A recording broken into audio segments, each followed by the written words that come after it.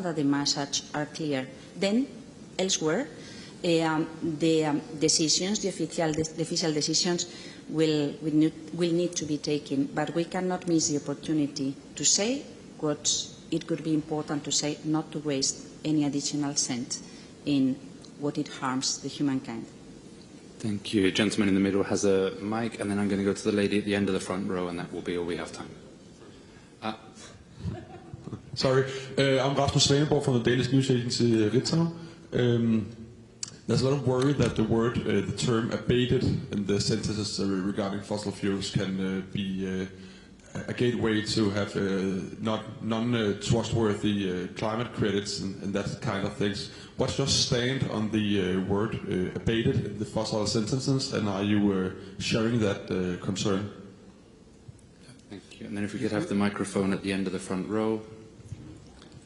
This will not be the last European Union press briefing this week, so don't worry. We'll share them out later. Okay. I'm IVM with S&P Global. So my question is also related to CBAM. So like 2 days ago, I was at China Pavilion, and I saw a Chinese government official give very fierce criticism of CBAM in front of an EU official. I mean, as you mentioned, like CBAM is like WTO to decide whether it's reasonable, and also it's a more or less domestic policy. But what's your view of those polarized opinions about this system? How to engage all those export-oriented countries? Yeah, thank you. Yeah, again, I mean, on that last one, I would really invite everyone, including all of you, but also all companies and all countries that might be worried, to look into the specifics and the mechanics of the instrument and have the dialogue with the European Union.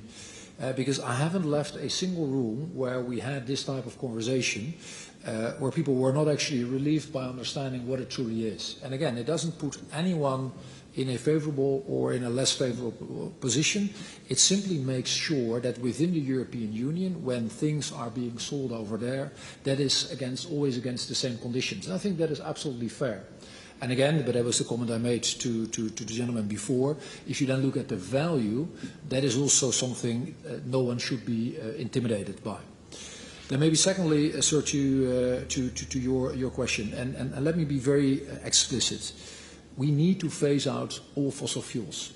It is that simple, and not because I say so or because Teresa says so, but because scientists tell us that that is the goal that we should live up to if we want to make sure we mitigate the boiling of our planet. Having said that, we do have to acknowledge that where we are now, in the here and now today, there are some sectors that are very hard to abate. That is the reality. But that does not mean that where it is possible, companies or countries can get away with, CCSing themselves out of the problem. There is no magic solution. There is no alternative for phasing out fossil fuels as fast as we can and as broadly as we can. Okay, if there's nothing to add, I'm afraid we're at the end of our time, so I'll draw it to a close there. Thank you. Thank you for your enthusiasm.